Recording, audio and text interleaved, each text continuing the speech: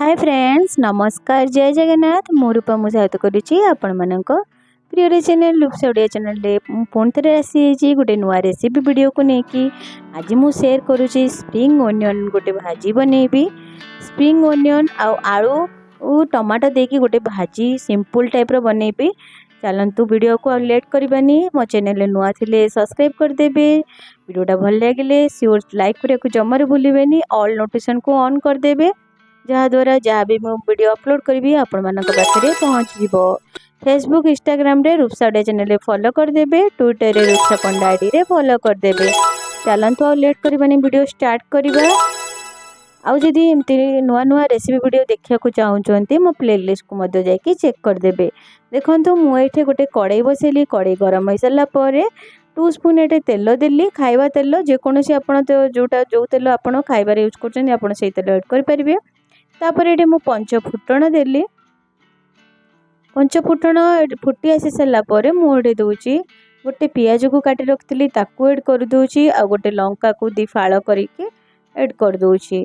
पियाज हल्का भाजी सारापर अधिका पियाज को कुक करें हल्का जस्ट तार कंचाड़िया अंशटा जावाई हल्का कुक हल्का फ्राए करवा। तापर मुझे जो काटिकी रखी थी आमर स्प्रिंग ओनियन आलू गोटे बड़ आलू को लंबा लंबा करी काटी रखी ताकू एड कर दूची। गोटे स्पून जीरा गुंड गोटे स्पून धनिया गुंड आउ ये हाफ स्पून हलदी गुंड एड करुची।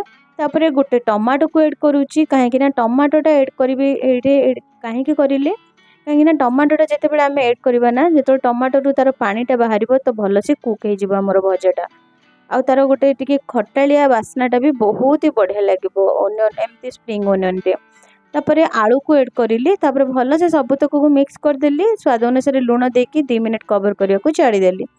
एमती 2 थर ताकू टिके मझे मझे आम कवर को खोलिकी ताकू भल से 2 मिनट टिके बंद करके टिके ओल्टे दौथबा साइड रु 2 मिनट हो सारापर ये मुझे सब्जी मसाला हाफ स्पून देली खाली टिके तार स्पाइसीटा आसवाई सब्जी मसाला देकी टिके 2 मिनट कवर करके पुणी छाड़ी देती स्लो फ्लेम रे।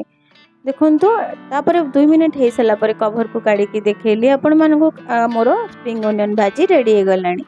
देखि पारछंदी को टाइप रो बनीची बहुत ही टेस्टी बनी थिला। याकू आपण गरम गरम पखाळ सहित किंबा आपण सुखिला सहित किंबा आपण रोटी परोटा सहित आपको खाई परिबे। बहुत ही टेस्टी आ हेल्दी रेसिपी देखंतु केते बढ़िया से बनीची समान भाबे कुक हेची आलू आ स्प्रिंग ओनियन बहुत ही बढ़िया से कुक हेची आ टमाटर फ्लेवरटा जेहेतु टमाटर ऐड करथिले तो टमाटर फ्लेवरटा भी बहुत बढ़िया से हेची।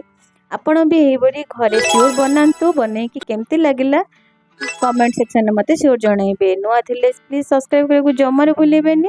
वीडियोटा भल लगे लाइक कर देम। पुणी थे आसबि आउटे नुआ रेसिपी वीडियो को लेकिन से पर्यंत मु रहूची